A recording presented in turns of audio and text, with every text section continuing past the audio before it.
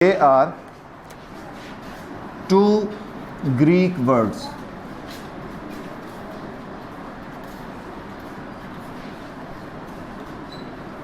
अब कौन कौन से? BIOS and logos. Biology word consists of two Greek words that are bios and logos. अब bios mean बेटे life, logos mean thought, सोच विचार. अब लाइफ से मुराद बेटे लिविंग ऑर्गेनिजम्स, जितने भी जिंदा जानदार हैं. अब उन लिविंग ऑर्गेनिजम्स के अंदर हमारे पास पौधे भी, जानवर भी, इंसान, माइक्रो ऑर्गेनिजम्स. अब ये सारी चीज़ें शामिल.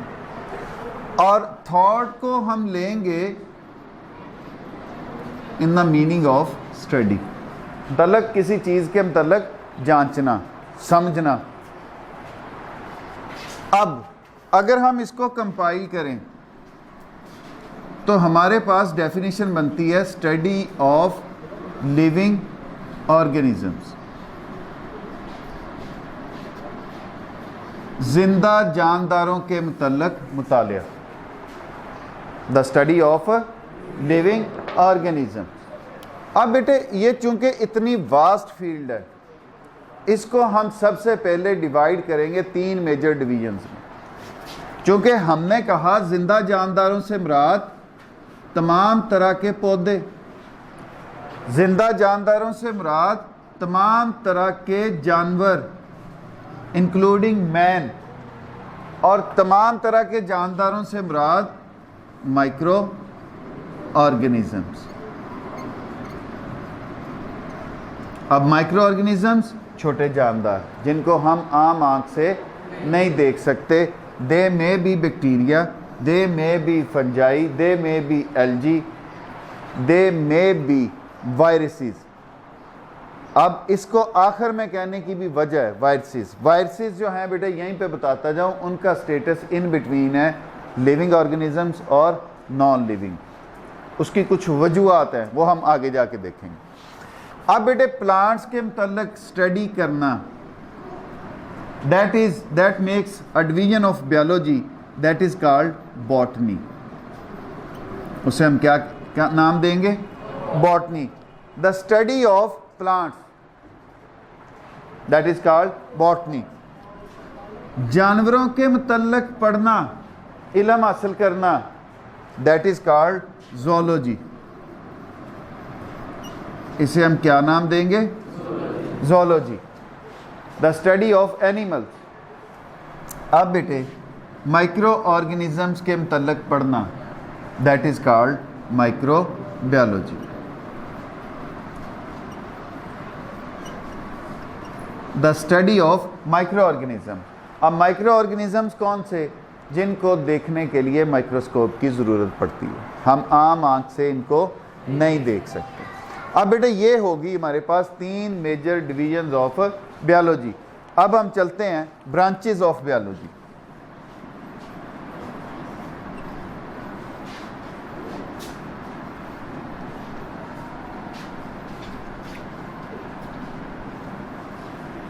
चूंकि बेटे इतना वसी इल्म एक ही हेडिंग में हासिल करना मुमकिन नहीं है, तो इसलिए इनको मुख्तलिफ ब्रांचेस में डिवाइड कर लिया जाता है. तो सबसे पहले दैट इज मॉर्फोलॉजी.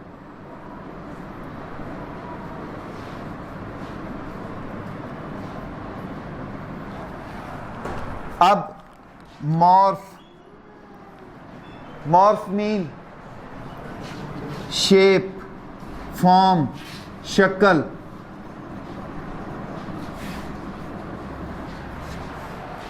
अब वहीं से लॉजी जो है उसका मतलब to study.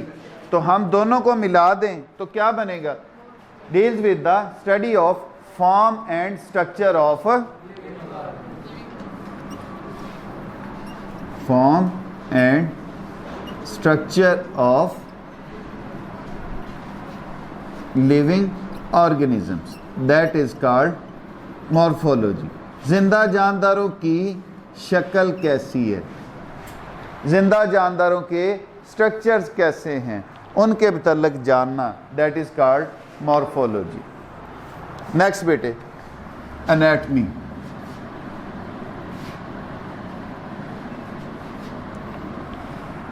The study of internal structures, किनका मुतालिया करना, इंटरनल स्ट्रक्चर्स का। इंटरनल स्ट्रक्चर से मुराद जो जिंदा जानदार के जिस्म के अंदर मौजूद हैं। हार्ट के मतलब पढ़ना, लंग्स के बारे पढ़ना, लीवर के बारे पढ़ना, ये हमारी अंदरूनी स्ट्रक्चर्स हैं। ये कहाँ पे मौजूद हैं, ये क्या क्या किन किन बाकी ऑर्गन से कनेक्टेड हैं, ये क्या क्या फंक्शंस परफॉर्म कर रही हैं, that will be included in anatomy, that is the next branch of biology. Next बेटे, हिस्टोलॉजी।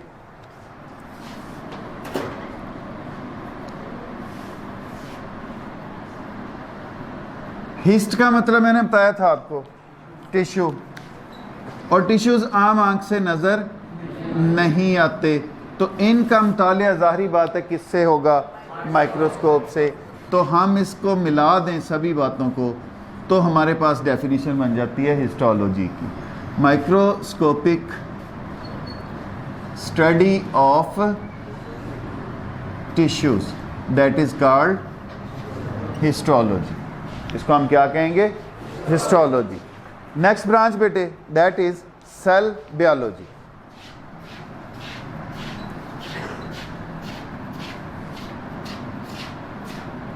नाम से ही पता चल रहा है हम क्या करेंगे, किन के मतलब पढ़ेंगे, हम सेल के मतलब पढ़ेंगे और सेल ऑर्गेनेलीज के मतलब पढ़ेंगे, सेल्स के फंक्शंस के बारे पढ़ेंगे, सेल ऑर्गेनेलीज के फंक्शंस के बारे पढ़ेंगे।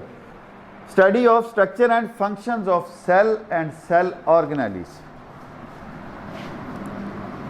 Structure and functions of cell and cell organelles।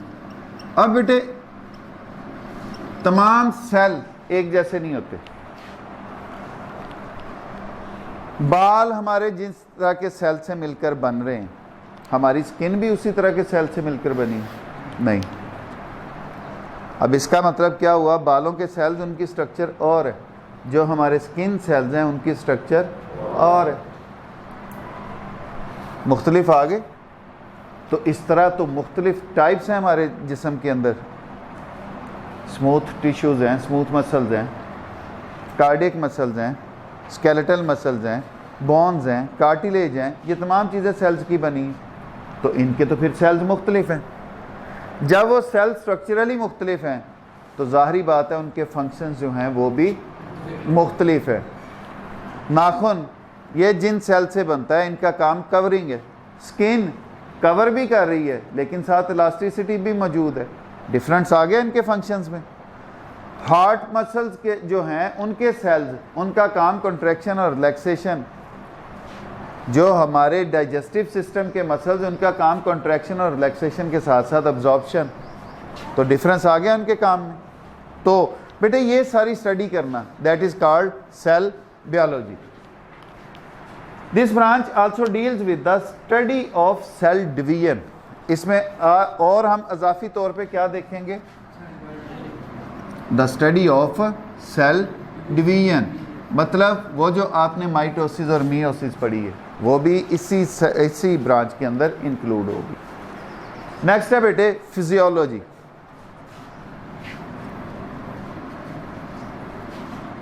Physiology मैंने बताया था आपको, it deals with the study of normal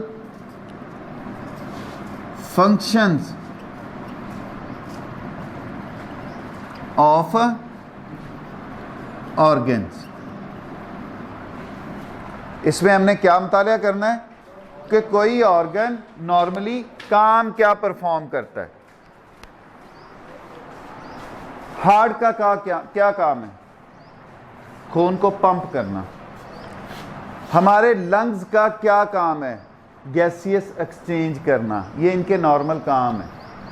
हमारे किडनीज का क्या काम है? फिल्टर करना, ब्लड में से वेस्ट मटेरियल्स को फिल्टर आउट कर देना, ब्लड को साफ कर देना। अब ये सारी बातें जो है वो हम किस में पढ़ेंगे? The study of normal functions of. अच्छा जी, नेक्स्ट आ गई बेटे हमारी branch, that is genetics. Genetics में बेटे हमने क्या पढ़ना है? That will deal about the study of genes and their role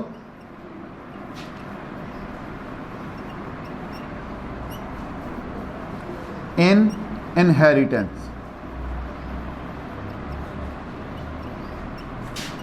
हमने जीन्स के बारे पढ़ना है और उनका इनहेरिटेंस में रोल क्या है, विरासत में रोल क्या है। इनहेरिटेंस अब बेटे किसे कहते हैं? ऐसी खसूसियात, the transfer of characteristics from parents to offspring, from one generation to next generation. ऐसी खसूसियात का मुतालिया करना जो एक नस्ल से दूसरी नस्ल में मुंतकिल होती है, दैट इज़ कॉल्ड इनहेरिटेंस। और जीन्स के बारे पढ़ना, जीन्स की डेफिनेशन आती है मेरा ख्याल काफ़ी सारे आपको, कि it is a specific sequence of DNA that instruct the synthesis of specific protein, जो किसकी इंस्ट्रक्शन देता है? ख़ास तौर की प्रोटीन की तैयारी के लिए हमारे जिस्म में। That part is called, that part of DNA is called gene. हर खसूसियत के लिए जीन मुख्तलिफ होते हैं और वो मुख्तलिफ तरह की इजहार जो है अपना, वो मुख्तलिफ तरह की प्रोटीन्स बनवा के करते हैं। This branch is called genetics. Next बेटे एम्ब्रियोलॉजी।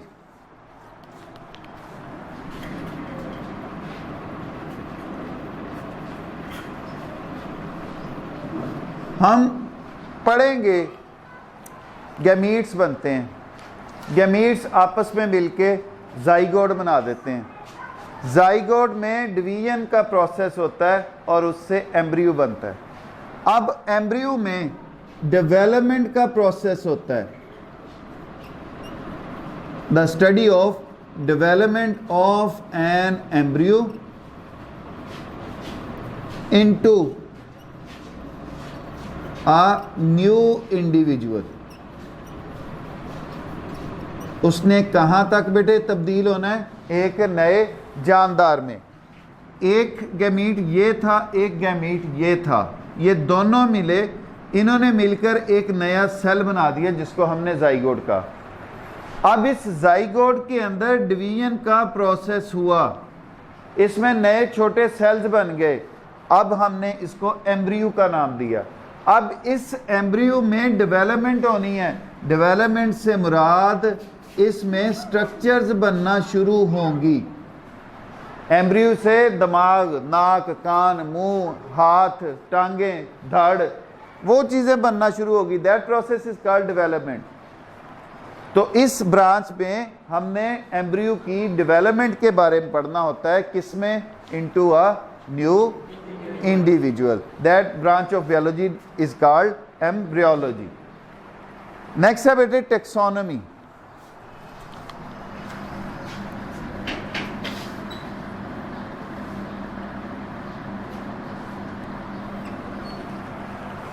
What is taxonomy? हम जानदारों को ग्रुप्स और सब ग्रुप्स में तकसीम करते हैं on the basis of similarities and differences. किसकी बुनियाद पर? उनमें एक जैसी चीज़ों, मुशाबतों की बुनियाद पर और उनमें इख्तलाफात की बुनियाद पर। तो दैट प्रोसेस या that study is called taxonomy. उस स्टडी को हम क्या नाम देते हैं? Taxonomy. Naming and classification of organism into groups and subgroups. This branch deals with the study of naming and classification of living organisms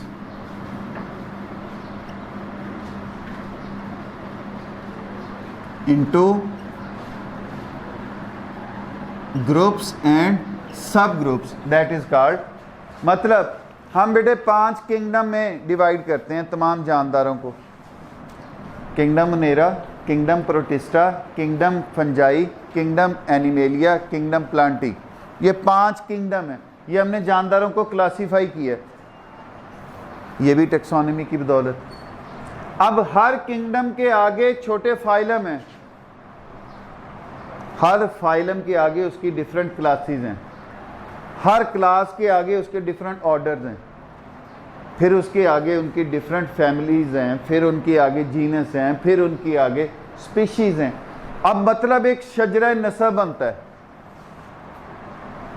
तो जानदारों को तकसीम करने का एक ख़ास प्रोसेस है, उनको उनमें मौजूद मुशाबतों और उनमें मौजूद इख्तलाफात की बुनियाद पर हम different groups and subgroups में डिवाइड करते हैं। That is due to taxonomy.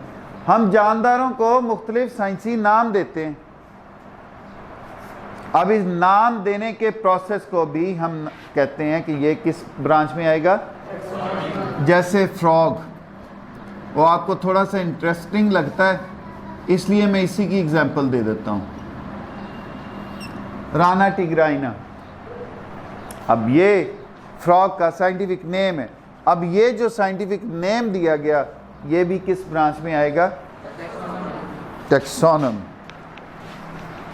अच्छा बेटे, नेक्स्ट ब्रांच है पैलेंटोलॉजी।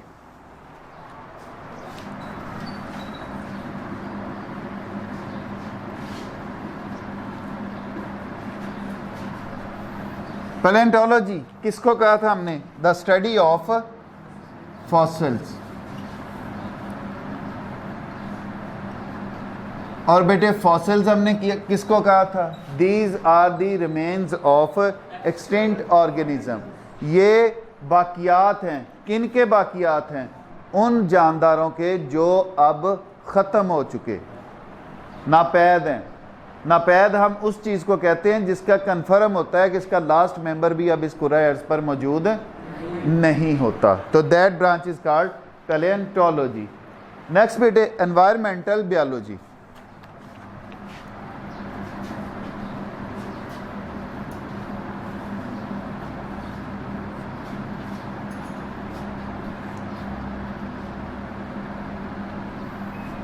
अब ये किसके बारे है।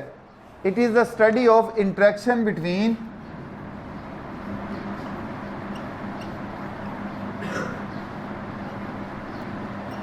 किन किन के दरमियान, लिविंग ऑर्गेनिज्म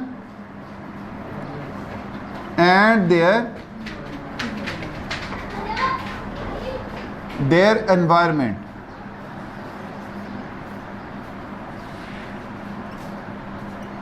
जिंदा जानदार और उसके माहौल के दरमियान ताल्लुक़ का मुतालिया है। मैंने उस दिन भी बताया था, हर जिंदा जानदार अपने माहौल के साथ लेन देन कर रहा होता है। हम भी कर रहे हैं। हम अपने एनवायरनमेंट से खुराक हासिल करते हैं, हम अपनी एनवायरनमेंट से ऑक्सीजन हासिल करते हैं, बदले में हम इसे दे भी रहे हैं। हम कार्बन डाइऑक्साइड दे रहे हैं।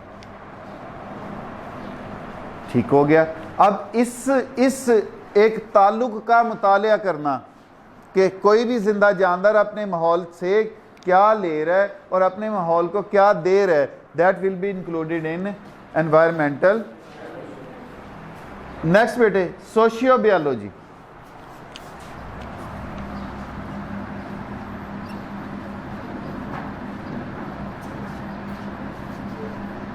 अब सोशियो से मुराद सोशल हम किसे कहते हैं, माशरे को। सोशल हम किसे कहते हैं। तो इस ब्रांच में हमने जिंदा जानदारों के सोशल बिहेवियर्स को स्टडी करना होता है। किनको स्टडी करना है। Deals with study of social behaviour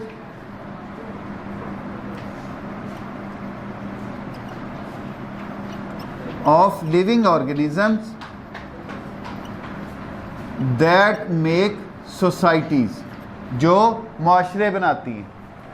अब माशरा जो है वो डिफरेंट पॉपुलेशन से बनता है।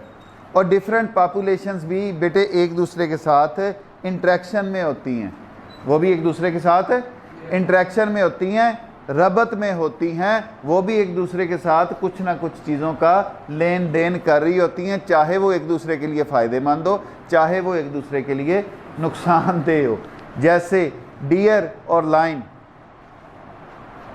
मुख्तलिफ पॉपुलेशंस हैं लेकिन एक माशरे में रहती हैं, जबकि एक प्रे करता है दूसरा प्रीडेटर है, एक प्रे है बेचारा दूसरा प्रीडेटर है, एक शिकार है दूसरा शिकारी है।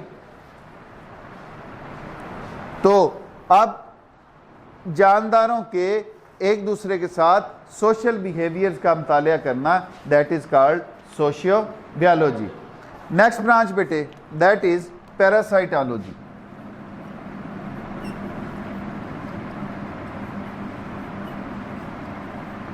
बहुत आसान, नाम से पता चल रहा है, द स्टडी ऑफ पैरासाइट्स।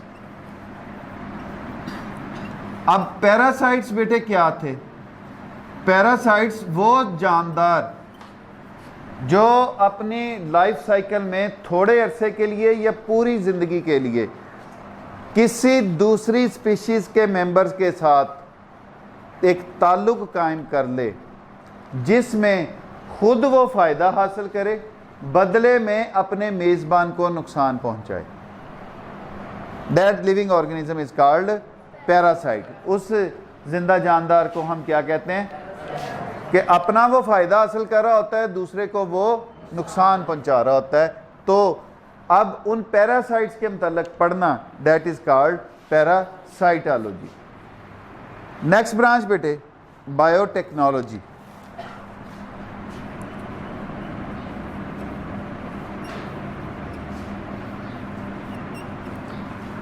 अब इसमें हमने देखा था कि कुछ टेक्नोलॉजी का इस्तेमाल होगा with the help of living organism. अब टेक्नोलॉजी क्या करती है? हमारे लिए आसानियां पैदा करती। कैलकुलेटर आया, क्या हुआ? टेक्नोलॉजी थी ना, कैलकुलेशन आसान होगी। कंप्यूटर आया, क्या हुआ? हमारे बहुत सारी प्रोग्राम चीज़ें जो हैं वो हमारे लिए आसान होगी।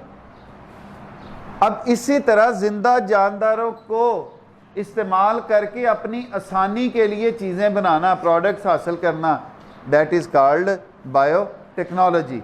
तो अगर हम इसको डिफाइन करें, the study of use of living organisms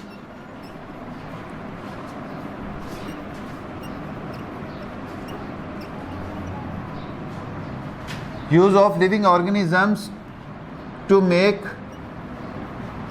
products, किन के लिए बेटे? For the welfare of mankind, इंसानियत की फलाह के लिए जिंदा जानदारों को इस्तेमाल करके प्रोडक्ट्स हासिल करना, दैट इज़ कॉल्ड बायोटेक्नोलॉजी। और इसमें हमने एग्जांपल्स डिस्कस की थी। हम इंसुलिन हासिल करते हैं डायबिटिक पेशेंट्स के लिए, हम मुख्तलिफ एंटीबॉडीज़ या एंटीबायोटिक्स जिंदा जानदारों को इस्तेमाल करके बना रहे हैं, जो कि लाइफ सेविंग के तौर पर इस्तेमाल होती हैं। अब इनका मुतालिया जो है दैट इज़ कॉल्ड बायोटेक्नोलॉजी। हम चीज़, बटर, योगर्ट, प्रिकल्स, ये सारी चीज़ें जो तैयार कर रहे हैं, इसमें भी बायोटेक्नोलॉजी का रोल होता है। नेक्स्ट है बेटे इम्यूनोलॉजी।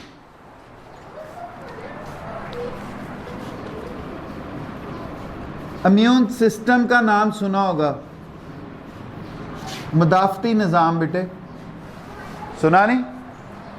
मुदाफ़ती निज़ाम क्या होता है? ये किसी भी ज़िंदा जानदार के अंदर उसको बीमारियों से बचाने का निज़ाम होता है, उसको हम कहते हैं ये इम्यून सिस्टम है। अब इसका मुतालिया करना, that is called immunology, the study of immune system. अब मैं बेटे एग्जाम्पल दूं, कोरोना आया था, शुरू में वो बहुत लीथल रहा, लीथल से मुराद जानलेवा रहा, लेकिन आहिस्ता आहिस्ता उसके काम करने की स्कीम जो है वो पता चलती गई, उसके ख़िलाफ़ जो वैक्सीन्स हैं वो बना ली गई, जिससे क्या हुआ, हम इम्यूनाइज हो गए, हमारे मदाफ़ती निज़ाम इस काबिल हो गए कि हम उसको रोक सकें, उसके हमला को रोक सकें, हम डिफेंड कर सकें। अब ये किसकी बदौलत हो सका है? इम्यूनोलॉजी की वजह से हो सका है। ये किसकी वजह से हो सका है?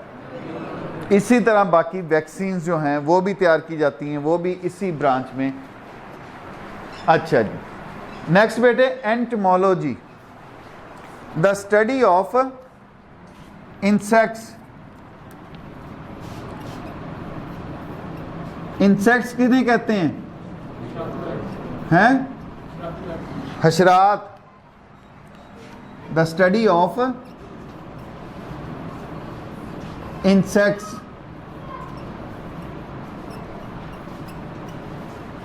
ये कीड़े मकोड़े, पतंगे, इनको हम कहते हैं कि ये इंसेक्ट्स हैं, फसलों को तबाह करते हैं, हमें बीमारियों का बायस बनते हैं। ठीक हो गया, लेकिन वहीं पर इनके बहुत सारे यूज़फुल भी काम हैं। तो इंसेक्ट्स के मतलब जानना या इल्म हासिल करना, that is called entomology. Last है बेटे फार्माकोलॉजी।